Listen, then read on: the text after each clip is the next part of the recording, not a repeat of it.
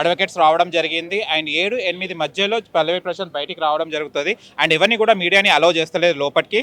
And ఎవరిని కూడా ప్రశాంత్కి మాట్లాడే రైట్స్ లేదట, అలాంటి విధించడం జరిగింది కండిషన్స్. కొన్ని కండిషన్స్ ఉన్నాయి. సండే వచ్చేసి పోలీస్ వాళ్ళకు సహకరించాలి, సిగ్నేచర్ పెట్టాలని 2 months వరకు అని చెప్పడం జరిగింది. 2 months అంటే మినిమం 8 weeks. అండ్ గేట్ కూడా వేయడం జరిగింది. మీడియాని కూడా రాణిస్తలేరు లోపలికి. అండ్ ఇక్కడ చూస్తే చాలా మంది మీడియా వాళ్ళ మన అడ్వకేట్స్ తో మాట్లాడడానికి ట్రై చేస్తున్నారు. అండ్ మనం ఇక్కడ సెంట్రల్ జైల్ చంచల్గూడ దగ్గర ఉన్నాము. అండ్ వాళ్ళ బంధుమిత్రులు కూడా రాబోతున్నారు. ఇప్పుడు వాళ్ళ మమ్మీ డాడీ కూడా ఇక్కడనే హైదరాబాద్లో ఉన్నారు. వాళ్ళు కూడా వచ్చి ప్రశాంత్ని తీసుకెళ్లడానికి వస్తున్నారు. కానీ మీడియా మిత్రులకు మాత్రం ప్రశాంత్ని మాట్లాడే రైట్స్ లేవు అండ్ కండిషన్ లేదని చెప్పడం జరిగింది అడ్వకేట్స్.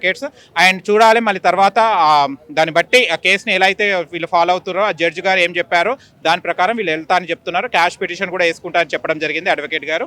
అండ్ ఇలాంటివి పరిణామాలు, ఇలాంటి ఫ్యాన్స్ మళ్ళీ ఇంకోసారి రిపీట్ కావద్దని కూడా చెప్తున్నారు, వీళ్ళు విజ్ఞప్తి చేస్తున్నారు. అండ్ మీడియా మిత్రులను కూడా అడుగుతున్నారు అనమాట, ఇలా లోపలికి వెళ్ళొద్దని చెప్తున్నారు. చూడండి ఇప్పుడు పల్లవి ప్రశాంత్ ఇప్పుడు కొద్ది క్షణాలలో బయటికి రాబోతున్నాడు. ఈ గేట్ నుంచే ఇట్లా వస్తాడు.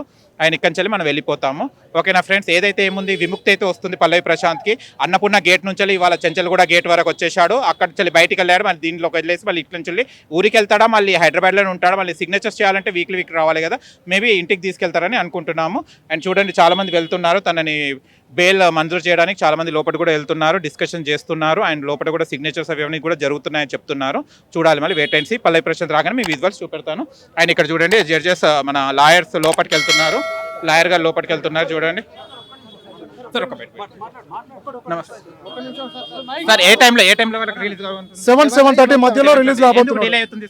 యాక్చువల్లీ నిన్న ఈవినింగ్ 5:30కి జడ్జి గారు ఆర్డర్స్ ఇవ్వడం జరిగింది కాబట్టి కోర్టు పని వేళలు అయిపోయాయి. పూచికత్తు 5:30 తర్వాత సమర్పించడానికి సమయం లేదు కాబట్టి ఈ రోజు మేము పూచికత్తు సమర్పించినాము. జడ్జి గారు రిలీజ్ ఆర్డర్ ఇచ్చారు కాబట్టి ఇప్పుడు తీసుకొచ్చాము.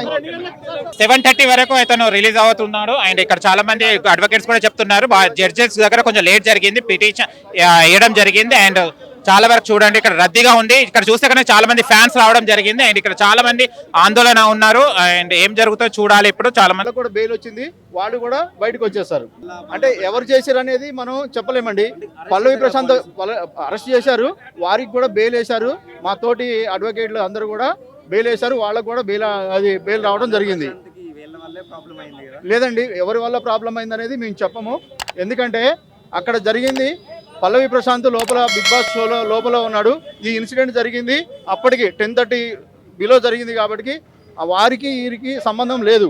పల్లవి ప్రశాంత్కి ఎటువంటి సంబంధం లేదని కోర్టు వారు నమ్మి బెయిల్ ఇవ్వడం జరిగింది. దీంట్లో వచ్చేసి అడ్వకేట్లు అందరూ కూడా పాల్గొని వితౌట్ ఫీజు తీసుకోకుండా న్యాయం గెలవాలి అన్న ఉద్దేశంతో కేసు వాదించి బెయిల్ తీసుకురావడం జరిగింది. ఉన్నామండి, ఒక 50 మంది దాకా ఉంటాము. ఓకేనా.